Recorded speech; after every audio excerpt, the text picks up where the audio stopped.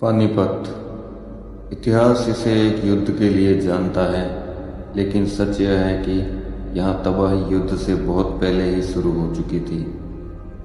ये कहानी सिर्फ तलवारों की नहीं है, बल्कि उस इंतजार की भी है जो धीरे धीरे मौत बन रहा था। मराठा सेना दुश्मन से ज़्यादा हालातों से घिरी हुई थी। वापसी का कोई रास्ता नहीं था, रसद टूट चुकी थी, घोड़े मर रहे थे और सैनिक बीमार पड़ रहे थे। हर एक गुजरता दिन मराठा शक्ति को चुपचाप खा रहा था। हर बीतता दिन मराठा फौज को कमजोर कर रहा था।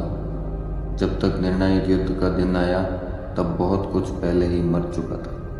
विन पंत के निधन के बाद मराठा सेना की हालत तेजी से बदतर होती जा रही थी। पंजाब की तरफ से भी गाड़ियों का आना अब लगभग बंद हो चुका था।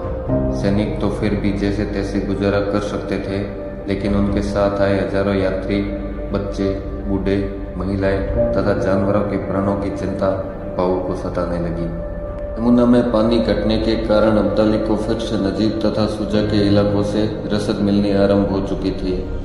सैनिक और सामरिक दृष्टि से भाऊ ने पानीपत को एक मजबूत और अवैध फौजी गढ़ बना लिया था।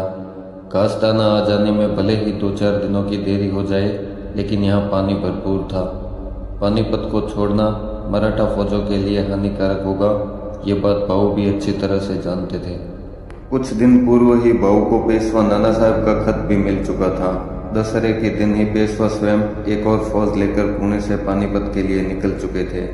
भाऊ को उम्मीद थी कि पेशवा जल्द ही पहुंच जाएंगे, इसलिए वे अब्दाली का रास्ता रोकने के लिए पानीपत में ही डटे हुए थे।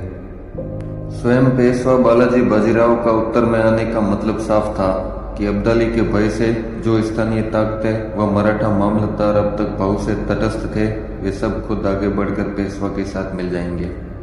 लेकिन पुणे से पानीपत के बीच का फासला 1200 मील का था, जिसे पार कर पानीपत आने में काफी समय लगने वाला था।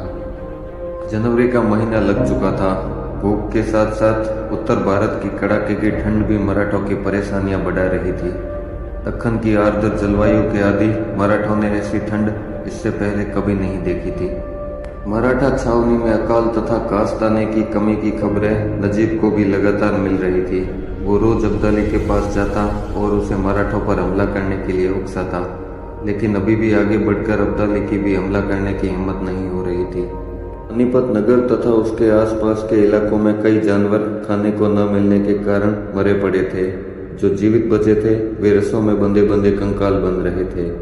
आसपास के इलाकों में जंगल के जंगल साफ कर दिए गए थे। दोनों सेनाओं की रोजाना होने वाली मुठभेड़ों में कई सैनिक मारे जाते, जिनकी लाशों को जलाने तक के लिए लकड़ी नहीं मिल रही थी। चीलों और गिद्धों के झुंड पानीपत नगर पर मंडरा रहे थे। दुर्भाग्य से हवा भी पूर्व दिशा से पश्चिम की तरफ बह रही थी। सड़ी गली लाशों की बदबू हवा के साथ बहकर मराठा छावनी में फैल रही थी। आए दिन नई नई परिस्थितियां भाऊ के सामने विकराल रूप लिए खड़ी होती जा रही थी। एक और अनहोनी घटना घटित हुई। मराठा छावनी के पानी का मुख्य आधार शाह नहर अचानक सूख गई। यह खबर आग की तरह सारी छावनी में फैल गई। अचानक नहर का पानी कैसे सूख गया, यह सवाल भाऊ के लिए भी एक पहेली बन चुका था। तभी कुंजपुरा की तरफ से एक हरकारा भाऊ के पास आया।